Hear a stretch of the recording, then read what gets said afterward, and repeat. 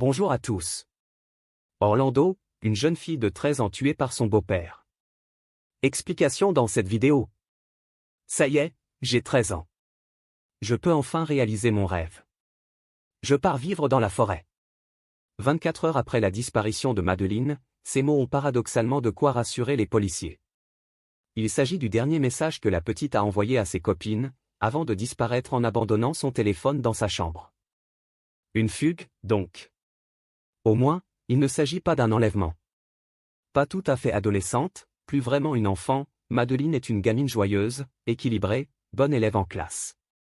Elle vit avec sa mère et son beau-père à Kissimmee, ville moyenne du centre de la Floride. Jennifer, sa maman, est planificatrice de vacances au parc Disney World voisin. Stéphane est agent immobilier. Le trio s'entend bien et cohabite sans éclat de voix. Le 25 février dernier, Madeleine fête ses 13 ans. Une belle journée pleine de rire, avec un inoubliable gâteau. Mais le lendemain après-midi à 16h30, en allant la chercher à l'école, Jennifer ne trouve pas sa princesse. Madeleine, apprend-elle avec stupéfaction, n'est pas allée en cours de la journée. Alors que son beau-père l'a bien déposée devant la grille, le matin même, comme tous les jours. Où est-elle passée? Inquiets, les deux parents appellent proches et amis, parcourent le quartier jusqu'au soir. Mais personne ne sait rien. À la nuit tombante, fous d'inquiétude, ils vont au commissariat signaler la disparition de leur gamine. Madeleine est blonde, les yeux bleus, elle portait un sweat vert, un short noir et des chaussures blanches.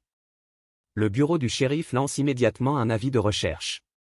La police perquisitionne l'appartement familial. Et ce sont les agents, en fouillant la chambre de Madeleine, qui retrouvent son portable. Avec ce fameux message où elle annonce qu'elle part dans la forêt. Ouf! Ça écarte pas mal de scénarios beaucoup plus inquiétants encore. Dès le lendemain, les autorités fouillent tous les bois alentours.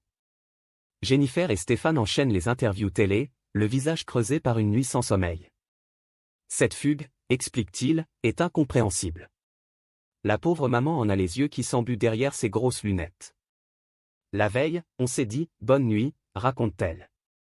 Nous venions de fêter son anniversaire. Elle était ravie de ses cadeaux, heureuse. À ses côtés, sourcils épais et barbe broussailleuse, Stéphane Stern a le regard perdu sous son gros bonnet. Je l'ai emmenée au collège à 8 heures, comme d'habitude. Confirme-t-il. Elle a somnolé dans la voiture une partie du trajet. Quand elle est descendue, je lui ai dit « passe une bonne journée. Je t'aime. » Elle m'a répondu « merci, je t'aime aussi. » Puis le trentenaire poursuit, étouffant un sanglot. On ne sait pas où elle se trouve ni si elle est en sécurité. C'est un cauchemar. Je voudrais me réveiller. Au même moment, plus de 50 policiers continuent de battre les taillis.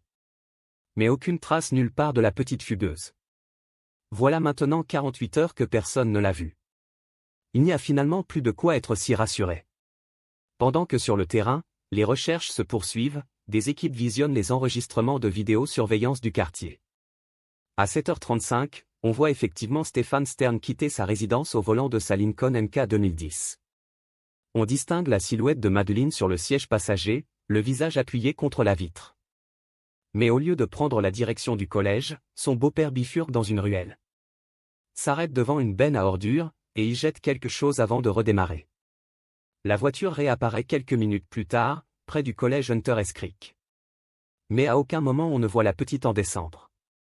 La scène a-t-elle échappé aux objectifs? Dans le doute, une patrouille part immédiatement fouiller la benne à ordures. Sous quelques sacs malodorants.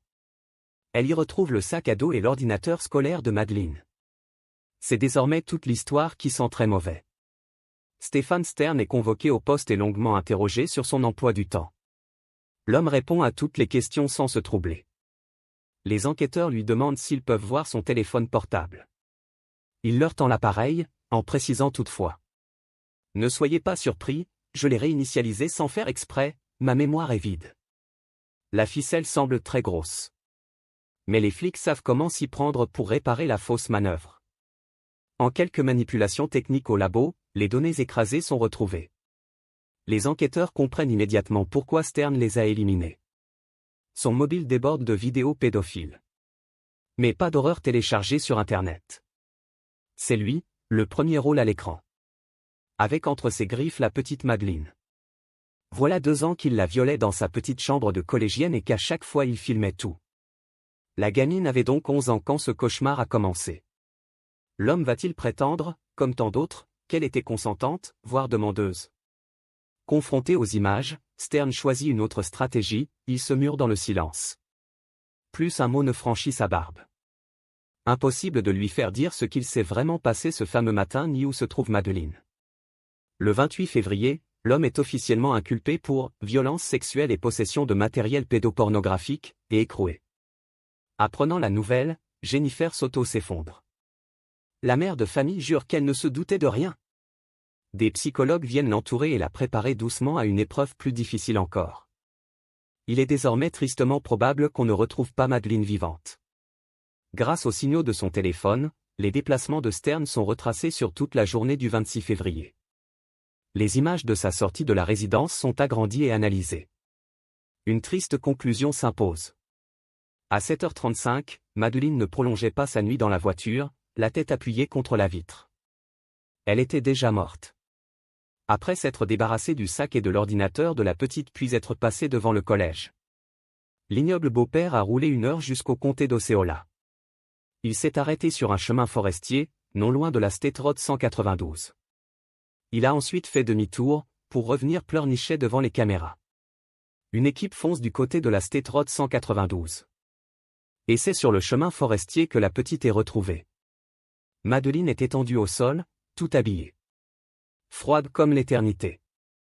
Au moment des faits, on ne connaissait pas encore les causes de sa mort.